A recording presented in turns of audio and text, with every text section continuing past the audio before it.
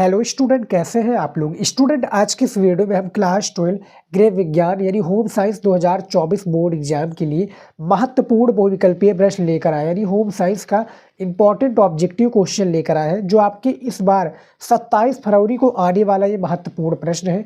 ये most important question है objective का, जो इस वीडियो में हम आपको बताएंगे। इसका फ्री में आपको PDF भी मिल जाएगा।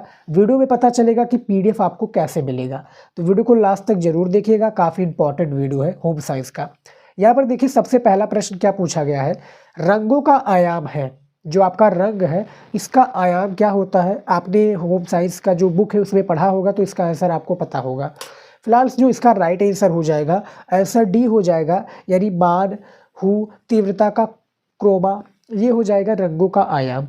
देखिए स्टूडेंट, इस वीडियो में बताए गए जितने भी क्वेश्चंस का आंसर क्या है, जितने भी क्वेश्चंस मैं बता रहा हूँ, इसका आपको आंसर या विकल्प आपको गलत लग रहा है तो इंस्टाग्राम पर प्लीज़ आप इस वीडियो के साथ में हमें टैग जरूर कीजिएगा कि सर आप ये गलत बता रहे हैं। मैसेज में ज़रूर बताइएगा।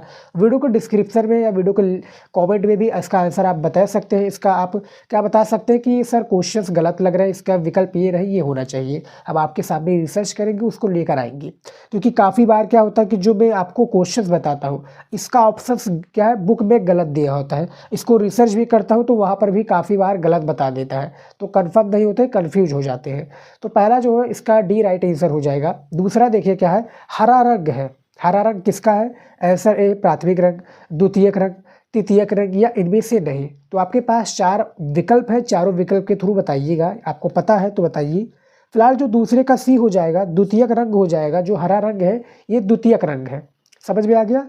तीसरा क्वेश्चन देखिए स्टूडेंट, आपने होम साइंस की तैयारी कर रहे हैं और आपको क्या है, होम साइंस की आप लोग तैयारी कर रही है और आपको क्या पता नहीं है कि जो हमारी तैयारी वो किस तरह से हुई है, तो आप इन सभी क्वेश्चंस को टेस्ट के रूप में भी ले सकते हैं। यानी हमारे बताने से पहले आप इसका आंसर क्या है एक कॉपी में लिख लीजिए। मैं जितने भी इस वीडियो में ऑब्जेक्टिव क्वेश्चन बताऊँगा उसका आंसर हमारे बताने से पहले आप लिख लीजिए। फिर लास्ट में जब मैं वीडियो को क्या क्लोज करूँगा तो उसमें आप कमेंट में ज़रूर बताइएगा कि सर हमारा इतने में से इतना सही गया ऑब्जेक्टिव क्वेश्चन। इसी प्रकार से हम आप लोगों के होम साइंस की तैयारी कराएंगी। वैसे मैं बता दूं स्टूडेंट, होम साइंस का मैं टीचर नहीं हूँ। काफ़ी स्टूडेंट के क्या कॉमेंट पर, काफ़ी स्टूडेंट के जोर पर हम इस वीडियो को बना रहे हैं। यानी होम साइंस का मैं एक प्रकार से टीचर नहीं हूँ, इंपॉर्टेंट क्वेश्चन मैं बता दे रहा हूँ। समझ में आ गया। तो तीसरा देखिए क्या है, वर्ण क्रम, जिसको हम क्या है, वर्ण क्रम कितने रंगों का दर्शाता है। 3, 4, 7 या 2।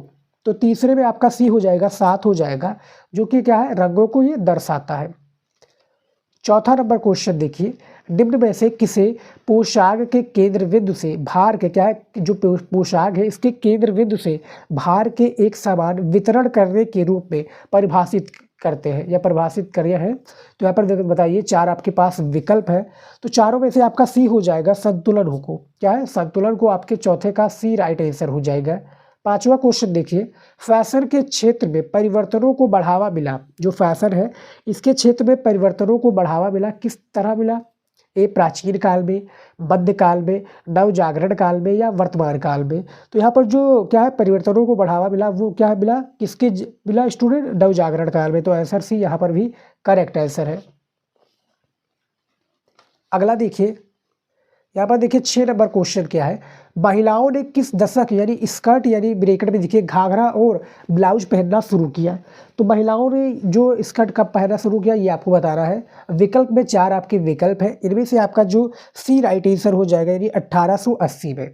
समझ में आ गया। 7वां क्वेश्चन देखिए, फैशन डिजाइनर और व्यापार के क्षेत्र में, जो फैशन डिजाइनर है व्यापार के क्षेत्र में जीविका के लिए आवश्यक योग्यता है, यानी जो जीविका है इसके लिए जो आवश्यक योग्यता है वो क्या है।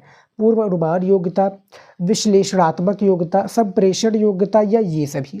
तो 7वें का आपका जो राइट आंसर हो जाएगा, सही आंसर डी हो जाएगा, यानी ये सभी आपके जो है फैशन डिजाइनर और व्यापार के क्षेत्र में आवश्यक योग्यता है। 8वां क्वेश्चन देखिए क्या है, वस्त्रों की धुलाई, जो वस्त्र है वस्त्रों की धुलाई, देखभाल एवं परिसज्जा के लिए आवश्यक उपकरण क्या है। 4 विकल्प है। आप वीडियो क्या है, वीडियो को रोक कर भी इसका आंसर बता दीजिएगा हमें। आंसर को क्या आपको समझना इंपॉर्टेंट है, क्वेश्चंस को आप समझिए फिर इसका आंसर दीजिएगा आप कमेंट पे। तो आठवां जो है, आठवें का डी हो जाएगा, ये सभी उपकरण जैसा कि देख सकते हैं, धुलाई के उपकरण, सुखाने के उपकरण, प्रेस इस्त्री करने के उपकरण, तो ये सारी चीज़ें उपयोगी है, क्या है, वस्त्रों की धुलाई, देखभाल एवं परिचर्या के लिए आवश्यक उपकरण। 2 नंबर क्वेश्चन है आपका, धुलाई की प्रक्रिया में वस्त्रों को धूल, मैल तथा शोधक पदार्थ के अंशों से मुक्त करने के लिए किया जाता है। क्या किया जाता है? आलोडन, अपवाद, क्या है, पातन, खगालना, स्पंदन। तो बताइए इनमें से क्या है? 9th का आपका सी हो जाएगा, खगालना हो जाएगा, जो कि 9th नंबर क्वेश्चन का सही विकल्प हो जाएगा। 10 नंबर क्वेश्चन देखिए क्या है, जल निष्कासन कितने प्रतिशत नमी को वस्त्रों से हटा देता है? जो जल निष्कासन है, यानी एक वस्त्र है उसको भिगाकर हमने उठाया, भिगाकर निकाला, तो वो कितने प्रतिशत जो है कमी, क्या है, वस्त्र से नमी को हटा देता है? तो इनमें से आपका जो 10 है, 10 का आपका राइट आंसर क्या हो जाएगा? ए हो जाएगा, 60 से 70%। समझ में आ गया? 11 नंबर क्वेश्चन है आपका, कितने चक्रमण के पश्चात, किसने चक्रण के पश्चात अब केंद्रीय बल उत्पन्न होता है? यहाँ पर बताइए स्टूडेंट। तो यहाँ पर जो आपका 11 का सी हो जाएगा आपका 300 आरपीएम। 300 आरपीएम क्या है? ये क्या है? उपकेंद्रीय या अपकेंद्रीय बल उत्पन्न होता है। तो 11 का भी आपका सी करेक्ट आंसर है। अगला देखिए क्वेश्चन क्या है, ये सारे क्वेश्चन इंपॉर्टेंट है, लिख लीजिए, तैयार कर लीजिए, आपके बोर्ड में आएंगे। 12 नंबर आपका क्वेश्चन है, अतिथि तथा, यहाँ पर देखिए, अतिथि तथा मेजबान के मध्य के संबंध को कहा जाता है। क्या कहा जाता है? 4 विकल्प है, देखिए इसको समझिए। इनमें से आपका 12 नंबर जो है, 12 का आपका ए हो जाएगा, आतिथ्य हो जाएगा। क्या हो जाएगा? आतिथ्य हो जाएगा। 13 नंबर है, आतिथ्य प्रदान करने वाले उस प्रतिष्ठान को क्या कहा जाता है जिसमें किराया लेकर केवल रहने व सोने की सुविधा प्रदान की जाती है? यहाँ पर बताइए, आपको बताना है स्टूडेंट। 13 नंबर प्रश्न जो है, इसका सी हो जाएगा, लॉज कहलाएगा। जैसा कि आप देख सकते हैं, प्रश्न आपको थोड़ा बड़ा भी दिखने का मिल जाएगा, लेकिन इसको घबराना नहीं है, इसका आपको आंसर देना है, क्योंकि भैया इसमें 4 ऑप्शंस है। अब 4 ऑप्शंस में से कोई एक ही सही होता है, अब उसको आप बता दीजिए। 14 नंबर क्वेश्चन से आपका, निम्न में से आतिथ्य उद्योग के विभाग हैं। क्या है? भोजन तथा पेय सेवा, आवास या प्रमुख कार्यालय, आतिथ्य सत्कार तथा मनोरंजन, या ये सभी। तो इनमें से आपका डी हो जाएगा, यानी ये सारी चीज़ें जो है, क्या है, आतिथ्य उद्योग के विभाग के लिए इंपॉर्टेंट है या जरूरी कह लीजिए। समझ में आ गया? 15 नंबर क्वेश्चन देखिए, वर्दीधारी सभी सेवाओं को संगठित करने का कर्तव्य किसका है? यानी जो वर्दीधारी सभी सेवाएं हैं, इनको संगठित करने का जो कर्तव्य है, ये आपको बताना है, कर्तव्य किसका है ये बताना है। तो यहाँ पर ए आपका बैल कप्तान का, प्रमुख कार्यालय कोषाध्यक्ष का, प्रतीक्षा कक्ष प्रबंधक का, या दरबान का। इनमें से आपका सी हो जाएगा, प्रतीक्षा कक्ष प्रबंधक का राइट आंसर हो जाएगा। 16 नंबर क्वेश्चन है आपका, निम्न में से गृह व्यवस्था विभाग का सदस्य कौन है? जो गृह व्यवस्था विभाग है, इसका सदस्य कौन है ये बताना है आपको। तो यहाँ पर आपका डी हो जाएगा, यानी जल पर्यवेक्षक, डेस्क नियंत्रण पर्यवेक्षक, या माली। तो इनमें से 16 का डी हो, यानी ये तीनों चीज़ों क्या है, इंपॉर्टेंट है। 17 नंबर आपका क्वेश्चन है, प्रत्येक मनुष्य किसी न किसी रूप में क्या होता है? विक्रेता है, उपभोक्ता है, आलोचक है, या कृषक है। तो 17 नंबर जो इसका बी हो जाएगा स्टूडेंट। और ये सारी क्वेश्चन से क्या है, दिमागी क्वेश्चन है, इसको आप थोड़ा समझेंगे तो आपको इसका आंसर मिल जाएगा। यानी क्या है? प्रत्येक मनुष्य किसी ना किसी, यानी उपभोक्ता है, यानी जैसा कि उपभोक्ता के कहने का, जैसे हम कोई सामान लिए, अब हम सामान लिए तो हमें भी क्या है, अब जैसे मैं कोई सामान बेच रहा हूँ तो हमें भी कोई सामान के लिए आवश्यकता होती है, तो उसके दुकान के पास भी जाना होगा, और उसके जो दुकानदार है उसको भी ना किसी चीज़ के लिए उपभोक्ता है। तो प्रत्येक मनुष्य किसी ना किसी रूप में उपभोक्ता है स्टूडेंट। तो 17 का आपका बी बिल्कुल करेक्ट आंसर है। अगला क्वेश्चन देखिए क्या है, यहाँ पर देखिए 18 नंबर, उपभोक्ता के मौलिक अधिकार है। क्या है? सुरक्षा का अधिकार, चयन का अधिकार, सूचित किए जाने का अधिकार, या ये सभी। तो इनमें से आपका जो ये सभी हो जाएंगे, यानी स्टूडेंट इनमें मिनिमम, मैं बता दूं आपको, इनमें जो मिनिमम आपका ये सभी वाला जो हो, इसमें समझिए कि वही आंसर है। जितने भी स्टूडेंट को नहीं पता है कि हम ऑब्जेक्टिव क्वेश्चंस को कैसे सॉल्व करें, बोर्ड एग्जाम में आ गए अचानक, बुक से ही आपके सारे क्वेश्चंस और क्वेश्चन बैंक से ही आपके सारे क्वेश्चंस आते हैं, चाहे ऑब्जेक्टिव हो या वेरी शॉर्ट क्वेश्चन हो, तो आपको इसका आंसर कैसे देना है। जहाँ पर भी आपको लग जाए ये सभी या इनमें से कोई नहीं, समझिए कि वही राइट आंसर है, उस पर टिक लगा दीजिएगा। समझ में आ गया। तो यहाँ पर 18 नंबर भी प्रश्न हमने बता दिया। उसके बाद में देखिए 19 नंबर प्रश्न, उपभोक्ता संरक्षण अधिनियम, जो आपका उपभोक्ता संरक्षण अधिनियम है 2019 ने निम्न में से किसकी जगह ली? CPA 1986 को, सुरक्षा अधिनियम, सूचना के अधिकार, या इनमें से नहीं? तो इनमें से आपका 19 का जो ए राइट आंसर हो जाएगा। अगला क्वेश्चन देखिए 20 नंबर, अच्छी गुणवत्ता की ऊन, जिससे जो है महिलाएं जो है, स्टूडेंट आप लोगों को भी पता होगा, जो कपड़े बुनती हैं यानी कपड़े जो बनाती है, स्वेटर हो गया, जैकेट हो गया, जैकेट नहीं स्वेटर हो गया, या जो भी सारी चीज़ें जो कि क्या पावदान भी कह सकते हैं जो घरेलू में होते हैं, तो ये सारी चीज़ें जो होती हैं जो बनाती हैं, तो अच्छी गुणवत्ता की ऊन पर कौन सा मानक चिन्ह होता है? क्या है? सिल्क मार्क, हॉल मार्क, या क्या है वूल मार्क, या इको मार्क? तो इनमें से 20 का सी हो जाएगा। क्या हो जाएगा? वूल मार्क हो जाएगा, जो कि अच्छी गुणवत्ता की ऊन पर ये क्या है मानक चिन्ह होता है। 21 नंबर क्वेश्चन है हमारा, डेवलपमेंट कन्फ्यूकेशन, क्या है देखिए, डेवलपमेंट कन्फ्यूकेशन शब्द का प्रयोग सबसे पहले किसने किया? यहाँ पर देखिए 4 ऑप्शंस हैं, चारों में से किसी एक ही ने किया है, तो बताइए। यहाँ पर ए हो जाएगा आपका नोरा क्यूब्राल, क्या है? नोरा क्यूब्राल ने किया है। 22 नंबर क्वेश्चन है, विकास संचार का साधन है, क्या है? टेलीविजन, LCD प्रोजेक्टर, वीडियो, या ये सभी? तो जो 22 नंबर क्वेश्चन है, इनमें से ये सारी चीज़ें जो है स्टूडेंट विकास संचार का साधन है।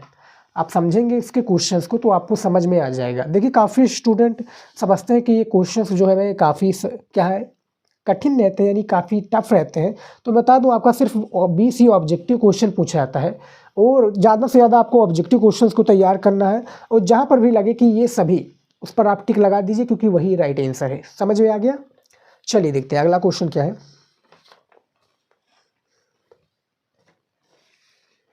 अगला नंबर देखिए 23 नंबर क्वेश्चन, रेड रिबन, यहाँ पर देखिए रेड रिबन एक्सप्रेस निम्न में से किसके बारे में जागरूकता उत्पन्न करने का अभियान था?